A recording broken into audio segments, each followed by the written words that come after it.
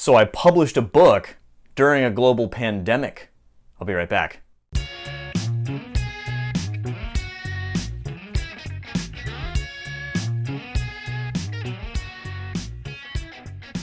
Hey guys, it's Mike from The Gracious Guest, and I'm so excited because today I am officially here to talk about my first published book, Return of the Lord, Narrative Reflections on the Apostles' Final Moments, which is available today, Monday, June 29th, 2020, in the Amazon store. But before we do that, I want to just share a little unboxing with you, because that's the thing these days. People love to do unboxing videos. So let's go ahead and open this thing up. As Providence would have it, it arrived right about 3 p.m., which is the hour of mercy, the traditional hour of when Jesus died on the cross, and it arrived on a Friday to boot. So Friday, 3 p.m. That's kind of interesting. So anyways, let's go ahead and take a look at this unboxing. Okay, so this is going to be a little challenging. I think here if I can.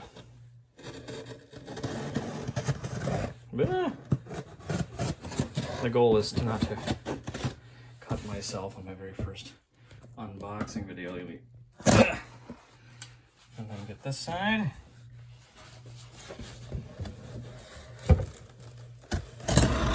Okay, so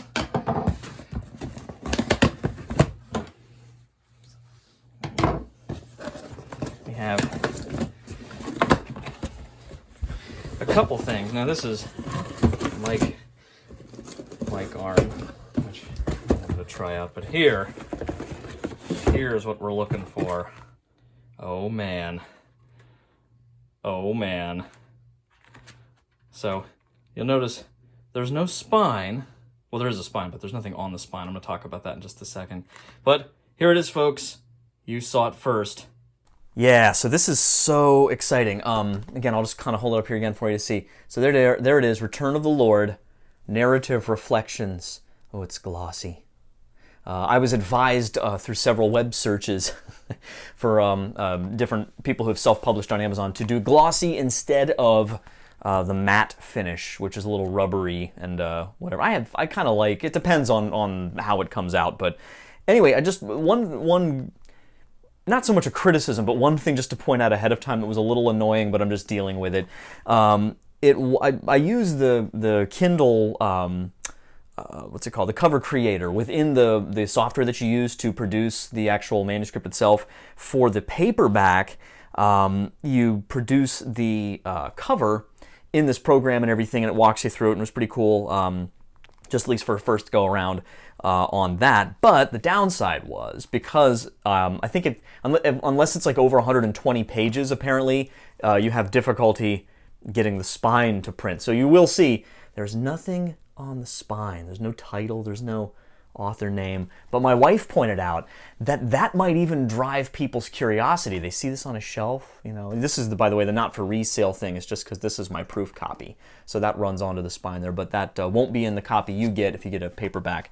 Also, this is not centered, which is going to drive me nuts. So see, hopefully that should be a little more centered along here. You know, when you get yours, I'm a little picky if you know me, but I think I can afford to be picky. It's my my book, so I want it to look good.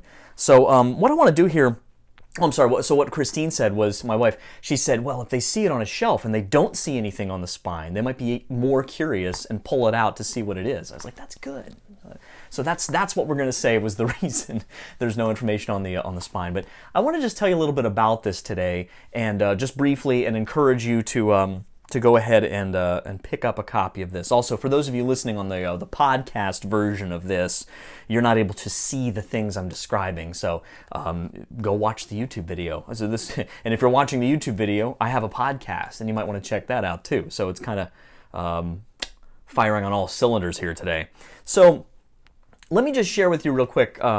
Steve Ray, who is a great Catholic speaker and author. He's a convert himself to Catholicism, and he's a great Bible teacher, great teacher of the faith. He does a lot of faith enrichment videos, including documentary series called Footprints of God, all around the Holy Land.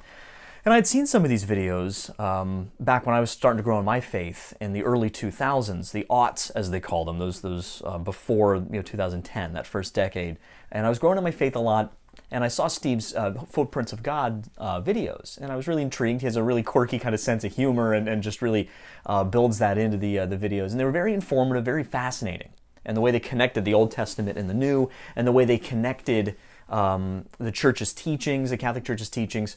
And so, long story short, when my brother and I had the opportunity to go to the Holy Land in 2009, we were able to go with Steve and his wife Janet on their pilgrimage. And they take pilgrim groups to the Holy Land several times a year and have done so for many years. So Steve was gracious enough to provide this. In fact, I sent him a copy and he looked over it and he liked it and wrote this blurb, and I was really honored. And I was writing up a book description, and I wanted to include Steve's comments on the jacket. And I was like, Steve, would you mind if I just use that for the book description? So here's what it says. This is what Steve wrote. It says, after Pentecost, the New Testament tells us very little about Jesus' apostles. Where did they live? Where did they preach? What adventures did they have? And how did they die? Gleaning from various historical accounts and traditions, Mike Creevy uses his own fertile imagination to fill in the gaps. These entertaining stories of the apostles are spiritually rich, easy to read, and devotionally substantial. And by the way, if you want to check out Steve's website, you can go to CatholicConvert.com or FootprintsOfGodPilgrimages.com. I really encourage you to do that. But I was very touched, very touched by Steve's comments, that he liked it, and I wanted to kind of honor that by including that on there. And I thought it's a great way to kind of tell you what this is about. And for the whole story of how it came about, I encourage you to get a copy of this, which you can get either in Kindle form or in the paperback, whichever you prefer. Right there, author's note on page 9. That gives you a little bit more of the background, more specifics of how this came about. But basically what happened was I was in prayer, and was kind of in dry prayer. Like, I get distracted a lot. If you know me, that's not surprising. And I was just really distracted, and I couldn't really focus. And somehow, I don't know why exactly it happened. Maybe this is why, God really brought me to a very imaginative experience of imagining one of the apostles, I won't tell you which one of the apostles in his final moments. And it was an apostle that I had heard a little bit about. I had heard little bits here and there over the years in terms of how the apostles met their end. And the fact is, we don't have a really incredibly rigorously historically accurate testimonial of every single one of them. But we have a tremendous amount of tradition. We have a long history, heritage that are reasonably or reasonable to be believed. I'll put it that way. There's a lot of support for it historically in terms of where they were. Now, there's some dispute about some of that, and I talk about that a little bit in the beginning as well. But I just imagine this. This was one of the more historically verified martyrdoms. And I just really was thinking about this man, thinking about what he's like in the Gospels, and thinking about how do you get to the point where you are so different than you were. And he was different. He had started out as just a really non-impressive figure. This ordinary guy, someone that nobody would have really expected much from. And here he is, giving his life in this most brutal kind of way. Incredibly painful, just astonishingly painful in the suffering. And he's giving his life rather than betray Jesus. And I just thought, that was just so powerful, and it was such an incredible image in my mind, and it really helped me, in that moment of, being stuck on just how weak my own faith often is. I haven't maybe publicly betrayed Jesus or abandoned him, but I write about faith, I teach about the faith, this is what I do. I make these videos, I make podcasts, but sometimes it's really awkward, right?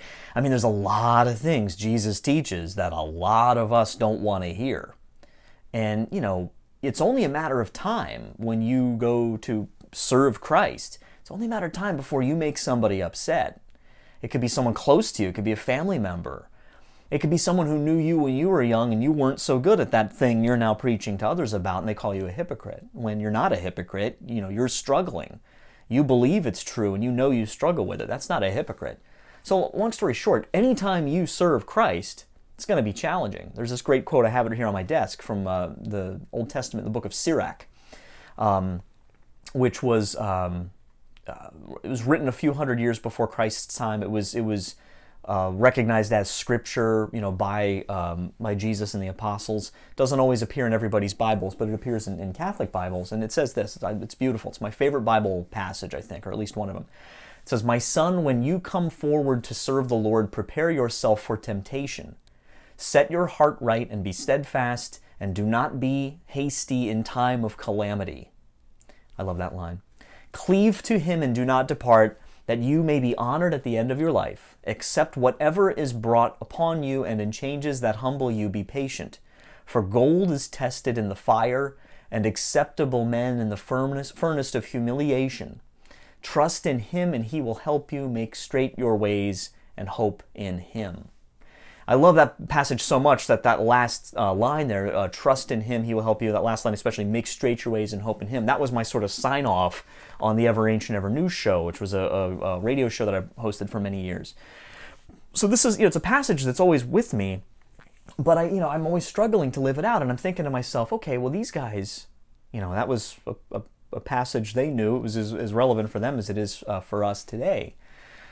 And what I found was I started thinking about the apostles, like whenever I'd go to prayer. It wasn't every single time, but very often over the next few weeks and months and really ultimately a couple of years. It was about a 3-year process where every now and then I would just be hit with this overwhelming interest in a particular apostle. And so what I do is I'd go and I'd do some research and I'd try to find out and get some bullet points in my notebook, just the rough structure of like, okay, most likely, how did he die, right? Like let's say there's 10 accounts, 3 of them say that he was drowned and 7 of them say he was stoned to death. I was like, okay, well, we'll go with the more common one maybe, for the most part. And what I started doing was when I would get hit with that inspiration, I'd grab the notebook, look at my bullet points, and I just started tinkering and kind of jotting stuff down. And before I knew it, I had handwritten this entire thing.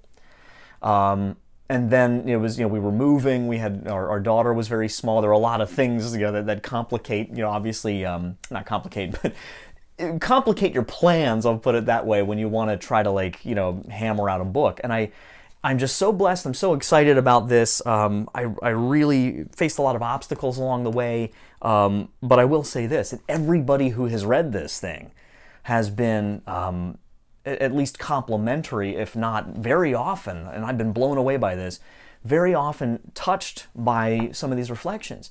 They've seen a side of an apostle that they never saw before. I've been told that it's really helped people to connect with the apostles in a much more human kind of way.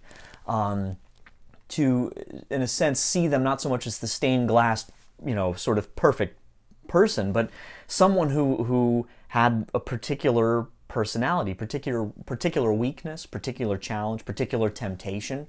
And so what you'll find here is in each apostle's story, and each one's only about 4 or 5 pages long, a little reimagined scene. Just a scene, like the last scene of this man's earthly life. Where he was, what his circumstances were of the martyrdom that he faced. And what I really tried to imagine, what really I think is unique about this that came to me in prayer, were these connections with Jesus, because that's what this is really about. These apostles' connection with Jesus Christ, the relationship with him, the relationship and the love for him, strengthened by his own presence within them, his own Holy Spirit within them, giving them the strength to overcome their very understandable temptations and fears, to go all the way to giving their lives for him. And so I put this together. It's, you can read the whole thing if you want from beginning to end. You can do it as many times as you want. I'm a little biased because I wrote it, but I don't get sick of reading it. And I tell people, this is a similar thing I heard years ago from Dr. Peter Kraft, who I'm a big fan of and a great admirer of, a philosophy of religion professor at Boston College, who's written like 60 books or something crazy. And Dr. Kraft likes to say that, oftentimes there's a particular topic or a particular book that he really wants to read, it doesn't seem to really exist, so he has to write it so he can read it. So that's how this started. This started as something, you know, I didn't anticipate a career change or to become some huge best-selling author. I wrote it because I believe in this. I was inspired by this. These men are Jesus' best friends who he called for some reason, and I think it would do us all good to encounter them a little bit more, have a tool that can maybe help in your own devotional life. And to that end, now, and again, I want to make a quick point. This is not just a Catholic book, okay?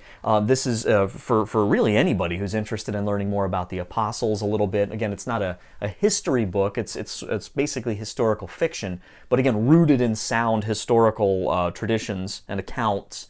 So I hope that, you know, whoever reads it would find it interesting, find it compelling, maybe want to dig in a little more and learn about the apostles. If you're Catholic, specifically, and anybody can use this too, but if you're Catholic, near the end here you can see it says, and for the podcasters, what I'm showing here is the Apostles' Feast Days page in the back of the book, near the very end, page 103, and it lists the dates. So all of the apostles are honored throughout the Catholic liturgical year, you know, which follows a certain sort of schedule of different feast days, different days we remember certain Christian figures who were exemplars of the faith, and of course the apostles are right at the head of that group. And really, it's, you know, there's not many, there's none before May, and that's largely because of you know, Lent and Easter taking prime place there. But from May 3rd through December 27th, you know, you have all these different dates where the different apostles are honored. So I thought, you know, you get this, you want to bookmark that page on your Kindle or your paperback, and then, you know, maybe this is laying around on your shelf or somewhere, and you find out, oh, hey, you know, it's the feast of St. James the Greater, you know, today, because it's July 25th. Cool, and then you can just flip to that one little section, maybe read that reflection, maybe have that kind of augment your prayer that day, you know, or like I said, just read through it. Have it with you in the car, maybe keep it in your purse or something like that if you want to kind of go through it when you're just trying to find something to meditate on, something to anchor in when you're in prayer, in terms of Jesus' best friends and their commitment to him, and how it was not easy for them, and it's not easy for us either. You know, so they can be great lights for us, okay? So anyways, that's the story of Return of the Lord, Narrative Reflections on the Apostles' Final Moments. I hope to do more books like this in the future. I have a couple in mind, so we'll see how this does. For now, I would really love it. I'd be so honored if you want to get a copy of this. I tried to make it a price that you know was pretty doable for everybody. So it's $4.99 for the Kindle version. It's $9.99 for the paperback, and if you just go over to Amazon, you can just follow the link down below here, or you know just go on Amazon and type my name. If you type Creavey, make sure you spell it right. Two things will pop up: this book and a whole series of all kinds of like lotions and moisturizers and stuff that are spelled with a lot of those same letters. So whatever. It's kind of weird. So at any rate, Return of the Lord, Narrative Reflections on the Apostles' Final Moments on Amazon, and it's on there exclusively because I published it through Amazon. So if you want to go over there and search it, I will also be putting all the links up and promoting it, and continuing to talk more about this, and maybe sharing some selections from it with you in the future as well. So God bless you guys. Thank you so much for all of the support people have given me in this whole process. Now go get yourself a copy of it, enjoy, and I hope that it does for your prayer life what it's done for mine. God bless you, and until next time, don't forget to wonder. Take care.